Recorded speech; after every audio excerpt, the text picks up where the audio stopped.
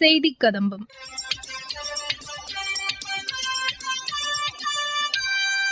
இன்றைய செய்திக் கதம்பத்தில் உலக புத்தக தினம் குறித்த செய்தி தொகுப்பு மற்றும் இதுகுறித்து எமது செய்தியாளர் தெரிவிக்கும் தகவல்கள் மற்றும் கோடை வெப்பத்தை எதிர்கொள்வதற்கான வழிமுறைகள் குறித்து தருமபுரி மாவட்ட அரசு மருத்துவர் தெரிவிக்கும் ஆலோசனைகள் உள்ளிட்டவை இடம்பெறுகின்றன. முதலில் உலக புத்தக தினம் குறித்த செய்தி தொகுப்பு. உலக புத்தக தினம் மற்றும் பதிப்புரிமை தினம் இன்று கொண்டாடப்படுகிறது. பதிப்புரிமையை பாதுகாப்பதன் முக்கியத்துவம் மற்றும் எழுத்தாளர்கள், வெளியீட்டாளர்களின் உரிமைகளை மேம்படுத்துதல் பற்றிய விழிப்புணர்வை ஏற்படுத்த ஒவ்வொரு ஆண்டும் ஏப்ரல் 23ஆம் தேதியன்று இந்நாள் கொண்டாடப்படுகிறது. மக்களிடையே வாசிப்பு மீதான பற்றுதலை அதிகரிக்கும் வகையில் யுனெஸ்கோவால் 1995ஆம் ஆண்டு முதல் இந்நாள் கடைபிடிக்கப்படுகிறது. புதுமை பிளஸ் அகம் புத்தகம், அகமாகிய உள்ளத்தை புதுப்பிப்பதாலேயே புத்தகம் என்று பெயர் சூட்டப்பட்டது. உலகின் மிகச்சிறந்த எழுத்தாளர்களான இங்கிலாந்தைச் சேர்ந்த நாடக ஆசிரியர் வில்லியம் ஷேக்ஸ்பியர் மற்றும் ஸ்பானிஷ் வரலாற்றாசிரியர் இன்கா கார்சிலோசா டி லா வேகா ஆகியோரின் நினைவு தினத்தை குறிக்கும் வகையிலும் இந்நாள் கொண்டாடப்படுகிறது. குழந்தை பருவத்திலிருந்தே அனைவரிடமும் வாசிக்கும் பழக்கத்தை வளர்ப்பதை நோக்கமாகவும் அதிகமான படைப்புகள் உருவாக வேண்டும் என்பதை ஊக்குவிப்பதை நோக்கமாகவும் இந்நாள் கொண்டுள்ளது. வாசித்தல், புத்தகங்கள் எழுதுதல், மொழிபெயர்ப்பு, வெளியீடு மற்றும் பதிப்புரிமை ஆகியவற்றின் மீதான ஆர்வத்தை இந்நாள் ஊக்குவிக்கிறது. நீங்கள் தெரிந்து கொள்ள வேண்டிய ஒரே விஷயம் நூலகத்தின் இருப்பிடம் என்கிறார் இயற்பியல் விஞ்ஞானி ஆல்பர்ட் ஐன்ஸ்டீன். வாழ்நாள் முழுவதும் வாசிப்பின் மகிழ்ச்சியை, பலனை புத்தகங்கள் நமக்கு தருகின்றன. வாசிக்கும் பழக்கத்தை வளர்த்துக் கொள்வதோடு மட்டுமல்லாமல் இளைஞர்கள் அதனை கட்டாயமாக்கிக் கொள்ள வேண்டும். இந்த நவீன டிஜிட்டல் உலகில் புத்தகங்கள், கட்டுரைகள், நாளிதழ்கள் அனைத்தும் தொழில்நுட்பங்கள் மூலம் மின்னணு வடிவில் கிடைக்கின்றன. மிகச் சுலபமாக, எளிதாக தகவல்களை, வரலாற்றை புத்தகங்கள் மூலம் தெரிந்து கொள்ளலாம். இருப்பினும் புத்தகங்கள் மீதான ஆர்வமும் விருப்பமும் இன்னும் அதிகரித்துக் கொண்டேதான் இருக்கிறது. இதற்கு பல சான்றுகளை கூறலாம். பிரேசிலைச் சேர்ந்த பாவ்லோ கோல்ஹோவின் த ஆல்கெமிஸ்ட் நாவல் விற்பனை 150 மில்லியனை தாண்டி சாதனை படைத்துள்ளது. இங்கிலாந்தின் ஜே.கே. ரோவ்லிங் எழுதிய ஹாரி பாட்டர் நாவல் விற்பனை 120 மில்லியனை தாண்டியுள்ளது. மேலும் தமிழகத்தில் புத்தக திருவிழாக்களின் எண்ணிக்கை கூடியுள்ளதோடு புத்தகங்களின் விற்பனையும் நாளுக்கு நாள் அதிகரித்து வருவது குறிப்பிடத்தக்கது. புத்தகங்கள் வாசிப்பதன் மூலம் கற்றல் திறன் மேம்படுகிறது. மேலும் பதிப்புரிமை சட்டங்களின் முக்கியத்துவம் மற்றும் அறிவுசார் சொத்துரிமையை பாதுகாக்க எடுக்கக்கூடிய நடவடிக்கைகள் குறித்த விழிப்புணர்வை மக்களுக்கு இந்நாள் ஏற்படுத்துகிறது. இலக்கிய, கலாச்சார பாரம்பரியத்தை பாதுகாக்கவும் படைப்பாளிகளை, அவர்களின் முயற்சிகளை ஊக்குவிக்கவும் இந்நாள் அர்ப்பணிக்கப்படுகிறது. உலக புத்தக தினத்தையொட்டி சமூகத்தில் புத்தகங்களின் பங்களிப்பு குறித்து எமது வேலூர் மாவட்ட செய்தியாளர் தெரிவிக்கும் தகவல்கள். எழுத்து அறிவித்தவன் இறைவன் ஆவான் என்று அதிவீரராம பாண்டியன் கூட தனது வெற்றி வேட்கை என்னும் நூலில் நமக்கு கற்பிக்கும் ஆசிரியர்களை கடவுளுக்கு நிகராக வைத்து போற்றியிருக்கிறார்.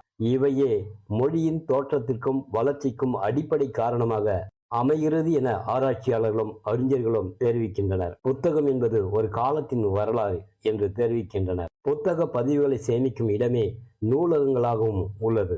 இன்றைய நவீன உலகில் வாசிக்கும் மின்னணு ஊடகங்கள் வந்துவிட்டன. இருப்பினும் புத்தகத்தை விட காகிதத்தால் ஆன புத்தகங்களே என்றைக்கும் நம் உணர்வுகளை மீட்டும் வீணையாகவே உள்ளது. புத்தக வாசிப்பு என்பதும் கூட ஓர் கருவூல அறைக்குள் நுழைந்து அதனை ரசித்து அனுபவித்து முத்தெடுப்பதற்கு ஒத்தாகும் என்றும் தெரிவிக்கின்றனர். ஆயினும் கூட புத்தக வாசிப்பை துவக்கவும் ஊக்குவிக்கவும் சில சமயங்களில் தூண்டுதல்கள் தேவையாக இருக்கிறது. அதனால்தான் 1995ஆம் ஆண்டு முதல் உலக புத்தக தினம் என அனுசரிக்கப்பட்டு வருகிறது. வேலூர் மாவட்டத்தில் சுமார் 140 நூலகங்கள் செயல்பட்டு வருகிறது. நாளொன்றுக்கு மாவட்டத்தில் நூலகங்களில் சுமார் 2 லட்சம் பேர் சென்று படித்து வருகின்றனர். அனைத்து நூலகங்களிலும் 30 லட்சத்திற்கும் மேற்பட்ட புத்தகங்கள் வைக்கப்பட்டுள்ளது. உலக புத்தக தினத்தில் புத்தகம் வாசிப்போரை வரவேற்போம், ஊக்குவிப்போம், புத்தகங்களை பரிசளிப்போம். முதியவர்களையும் விடுமுறை காலத்தில் பொழுதை கழிக்கும் மாணவர்களையும் கோடை வெப்பத்திலிருந்து தற்காத்துக் கொள்ள முன்னெச்சரிக்கை நடவடிக்கைகள் அவசியமானதாகும். கோடை வெப்பத்தின் தாக்கம் அதிகரித்து வருவதை அடுத்து வெயிலினால் மக்களுக்கு ஏற்படக்கூடிய நோய்கள் மற்றும் அதை தவிர்க்கக்கூடிய வழிமுறைகள் குறித்து தருமபுரி மாவட்டம் பாலக்கோடு அரசு மருத்துவர் சி. பாலசுப்ரமணியம் தெரிவிக்கையில், தமிழ்நாட்டில் பார்த்தீங்கன்னா சில தினங்களாகவே கோடை வெயிலின் தாக்கம் அதிகமாக உள்ளது. இந்த வெயில் தாக்கத்தினால் யாருக்கெல்லாம் பாதிப்பு என்று பார்த்தோமேனால் குறிப்பாக குழந்தைகள், கர்ப்பிணி பெண்கள், 60 வயதுக்கு மேலே உள்ளவர்கள், வெயிலில் வேலை செய்பவர்கள், குறிப்பாக விவசாயிகள், கட்டிட தொழிலாளிகள், போக்குவரத்து வேலை செய்கிறவங்க, போலீஸ் ஆஃபீஸர்ஸ், விளையாட்டு வீரர்கள், இதை தவிர டிராவலிங்ல வேலை செய்கிறவங்களுக்கு வெயில் தாக்கம் ரொம்ப அதிகமாக இருக்கும். இந்த வெயில் தாக்கத்தினால் நிறைய பாதிப்புகள் உண்டாகிறதுக்கு வாய்ப்புகள் அதிகமாக உள்ளது. நார்மல் டெம்பரேச்சர் பார்த்தீங்கன்னா 98 டிகிரி ஃபாரன்ஹீட் 37 டிகிரி செல்சியஸில் வரும். வெயில் தாக்கம் அதிகமாகறதுனால டீஹைட்ரேஷன் அதிகமாக வரும். ஹீட் எக்ஸஸ் சொல்லுவாங்க, இல்லைனா ஹீட் ஸ்ட்ரோக், அதாவது வெப்ப அதிர்ச்சி வரக்கூடும். இப்போனா 104 டிகிரி ஃபாரன்ஹீட் தாண்டும் போதோ 40 டிகிரி செல்சியஸ் தாண்டும் போதோ இந்த ஹீட் ஸ்ட்ரோக் எனப்படும் வெப்ப அதிர்ச்சி வரக்கூடும். என்னென்ன அறிகுறி என்று பார்த்தோம்னால் காய்ச்சல் கிட்டத்தட்ட 104 டிகிரி தாண்டும், டயர்ட்னஸ் வரும், மயக்கம் வரும், மயல்ஜி என்று சொல்ற உடம்பெல்லாம் ரொம்ப வலிக்கும், சில டைம் ஃபிட்ஸ் வந்துடும். இந்த ஹீட் அதிகமாகனால கோமா கூட வரக்கூடும். கிட்னி பாதிப்பு கூட வரும். எப்படி என்றால் ரேப்டோமைலசிஸ், அதாவது மசில் டேமேஜ். வெயில் தாக்கம் அதிகமாகும் போது நம்ம சதைகள் டேமேஜ் ஆகி அதில் வர மயோகுளோபின் என்ற பிக்மெண்ட் அதுலேருந்து ரிலீஸ் ஆகி அது கிட்னி பாதிக்கக்கூடும். சில டைம் கோமாவும் போகலாம், ஃபிட்ஸ் வர்றதுக்கு வாய்ப்புகள் அதிகம். இந்த மாதிரி பாதிப்புகள்லேருந்து நம்ம எப்படி காப்பாற்ற வேண்டும் என்றால், ஃபர்ஸ்ட் நம்ம 10 மணிக்குலேருந்து 4 மணி வரைக்கும் நம்ம வெயிலில் வெளியே போகாமல் இருக்கிறது ரொம்ப நல்லது. அப்படியே நம்ம போய் தான் ஆகணும். ட்ராவல் பண்ணும்போது பாட்டிலில் தண்ணி எடுத்துகிட்டு போகணும். அட்லீஸ்ட் மோர் இல்லை மோரில் கொஞ்சம் உப்பு கலந்து அந்த பாட்டில் எடுத்துகிட்டு போகணும். நடுவில் நம்ம ரெஸ்ட் எடுக்கணும்.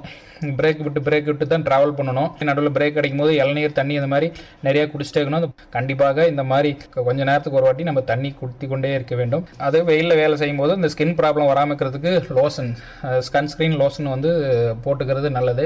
இல்லைனா அந்த வெயில் சமயத்தில் வர அந்த ஸ்கின் ப்ராப்ளம்லாம் வரக்கூடும். ஒரு சராசரியாக ஒரு நாளைக்கு 2லேருந்து 3 லிட்டர் தண்ணி குடிக்கணும். அதாவது இப்போ இருக்கிற காலகட்டத்தில், இந்த வெயில் காலகட்டத்தில் கண்டிப்பாக இன்னும் 1 லிட்டர் 2 லிட்டர் சேர்த்து குடிப்பது நல்லது. அதுவும் பானை தண்ணி, ஃப்ரிட்ஜ் தண்ணி இல்லாமல் பானை தண்ணி குடிப்பது ரொம்ப நல்லது. இப்போ ஃபாஸ்ட் ஃபுட்டு காலங்கள் நம்ம பீஸா, பர்கரு, பழைய விஷயங்கள் எல்லாமே மறந்துட்டோம். இந்த ஃபாஸ்ட் ஃபுட்டை தான் இப்போ ரொம்ப விரும்பி சாப்பிட்றோம். இப்போ இருக்கிற காலகட்டத்தில் நம்ம பழைய விஷயங்கள் நம்ம பின்பற்றுறது ரொம்ப நல்லது. பானை தண்ணி குடிப்பது நல்லது. காலங்காத்தால் நைட்டு வச்ச சாதத்தில் தண்ணி ஊற்றி உப்பு போட்டு சாப்பிட்றது அது குளிர்ச்சி தன்மை உண்டாக்கும். ரொம்ப உடம்புக்கு நல்லது. ப்ரீபயோட்டிக், போபயோட்டிக் சொல்லப்படுகின்ற குடலுக்கு நல்ல பாக்டீரியா வளரக்கூடிய நல்ல உணவு பழக்கம். அது பழங்கள் சாப்பிடுவது நல்லது. பழங்கள் இந்த காலகட்டத்தில் பழங்கள் நிறைய சாப்பிடுவது நல்லது. இளநீர் அதிலே சோடியம், பொட்டாசியம், நீர் சத்து குறையும் போது சோடியம், பொட்டாசியம் குறையிறது இந்த நிலநீர்ல எல்லாமே வந்துடுது. அதில் இல்லாத சத்தே இல்லை.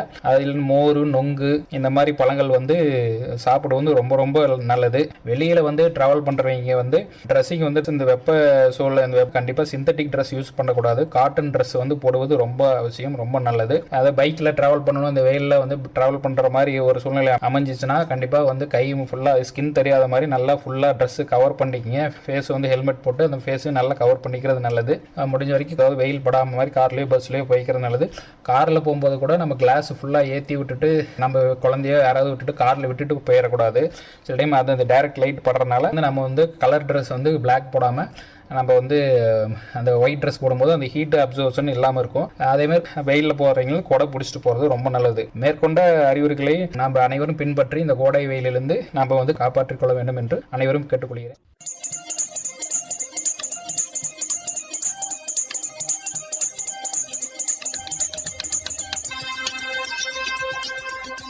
இத்துடன் இன்றைய செய்திக் கதம்பம் நிறைவு பெறுகிறது.